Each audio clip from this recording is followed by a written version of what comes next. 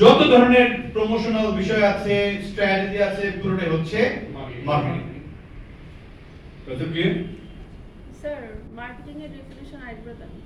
Right, marketing এর definition হচ্ছে একটা পণ্য উৎপাদন থেকে বাজারজাতকরণ পর্যন্ত যত ধরনের প্রসেস, স্ট্র্যাটেজিস, পুরো বিষয়টাই যেই ডিপার্টমেন্ট কাজ করবে সেটাই হচ্ছে মার্কেটিং। আর সেলস হচ্ছে ওই ফিনিশ প্রোডাক্টটাকে এবার ভোক্তার কাছে পৌঁছানোর জন্য যারা কাজ করে তারা হচ্ছে সেলস।